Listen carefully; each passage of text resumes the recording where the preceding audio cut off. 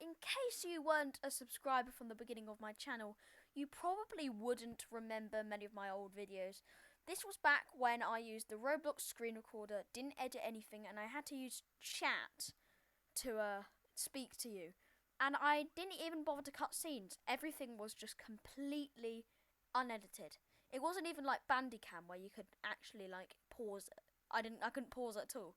That's how bad that screen recorder is. But you may not remember some of my videos. On my second video, I did this one here, which was a CR3000, no, M5, something like that. It was like one of the trains, and I was doing a route, the express route in it.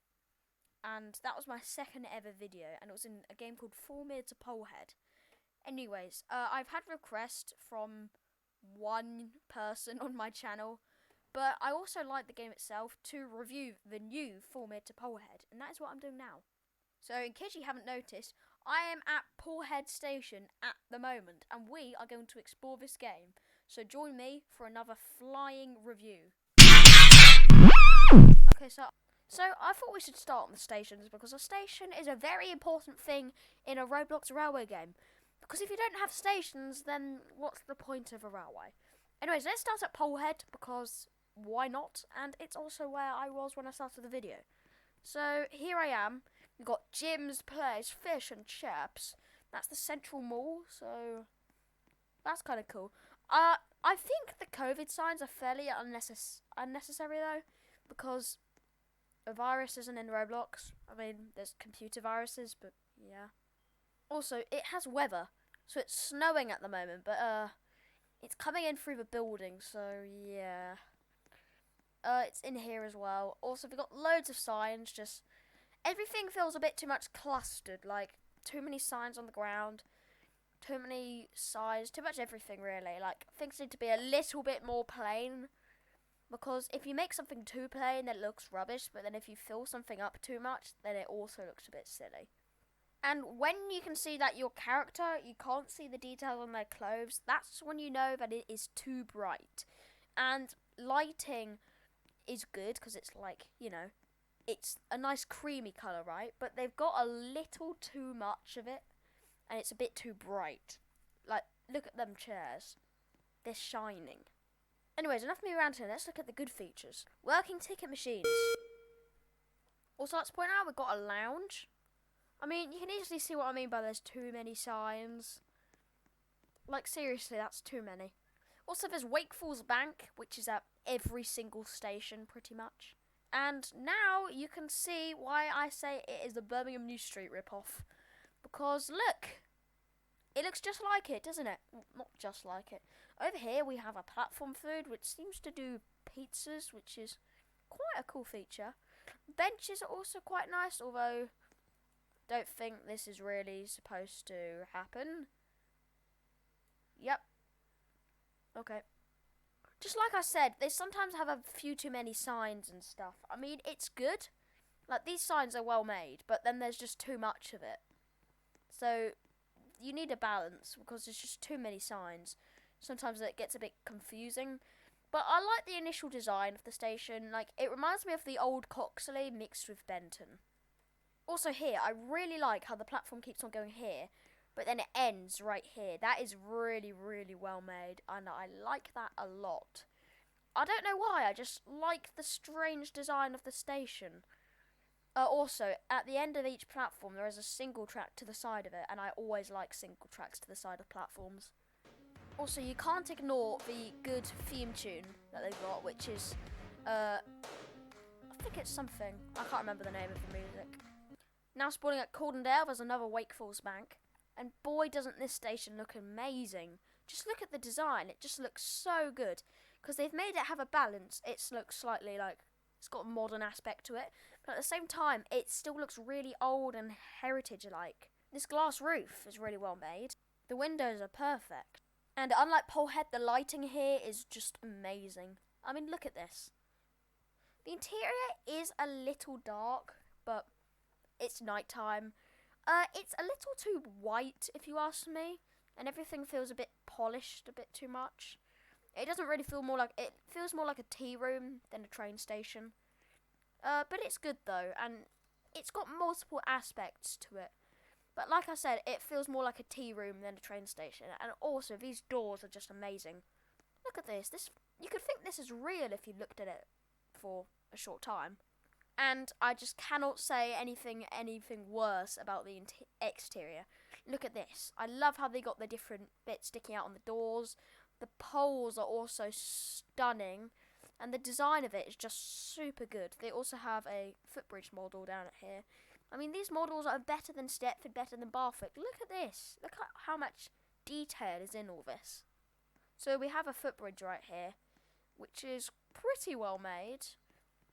Reminds me of the one from Brundle Gardens in my game that I am working on. But yeah, this platform is fairly bare. It just has shelters. But I like the station. This decal, though, could do with some work. But the station itself is gorgeous. And finally, we have Fallmere. And, as you might have guessed, there is another Wake Falls bank. Yep, there's a lot of banks. There are also other shops, such as Paisley Pianos, Blue Tunes, Wheat's Bakery.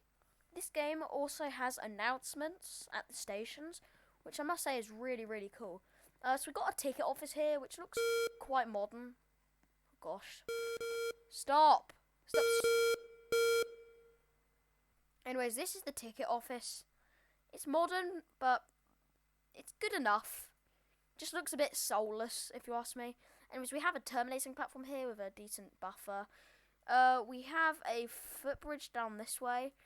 It's only just a different colour to the one at Cordondale. It's just blue. The station itself is nice. It's surrounded by buildings. It doesn't really have any station shelters apart from these. And down here there's an alleyway which leads down to here. And there's no actually any evidence that anybody would be thinking, oh look, this is the entrance to the train station. There's no signs here at all.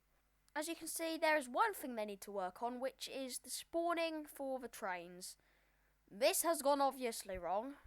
Anyways, so this is the train, or one of them, called the C3000 stock. So this is the one in the game, and this is the one in real life. There isn't any detail in the cab, which is a bit of a shame, but there is a GUI which has left and right doors, cameras, so that seems to be like a free roam one, and then this one does that.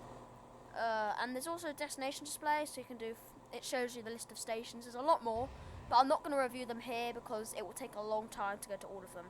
There's also a throttle bar, so you can drive. Oh, well, that's quite a cool camera position. I like that. That's quite good, I must say. I like the camera positions. So camera is good, I must say. Train drives well as well. Yeah, so I like the game a lot. Trains are good models. The scenery is pretty good. So we've gone over a river bridge there. Seems to be another station there.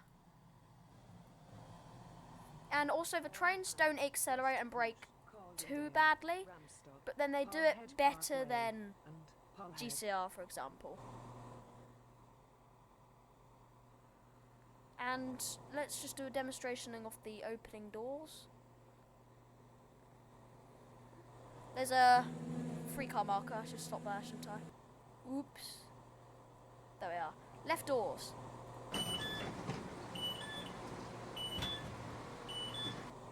So in this game, when you open the doors, it just unlocks these door buttons, which you have to press to open. So that one there, by pressing that, closes the door.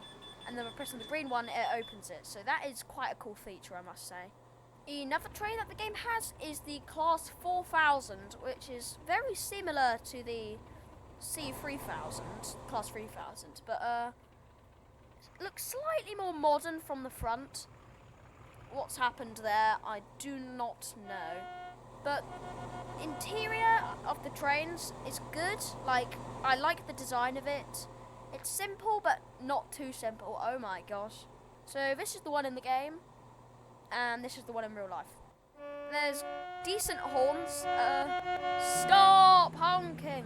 Anyways, this is a Class 450 thumper, which is used in Northern Ireland. So it's a bit of an odd design. It looks a bit like a 150. Anyways, this is the one in the game. and this is the one in real life. Personally, I'd give the game 4.5 stars out of 5. The train models are decent, it's the same with the stations, although things seem slightly outdated. The scenery is really good, and the feel of the game is actually just really nice indeed. So I will do future videos on this, and I hope you enjoyed this review, and goodbye.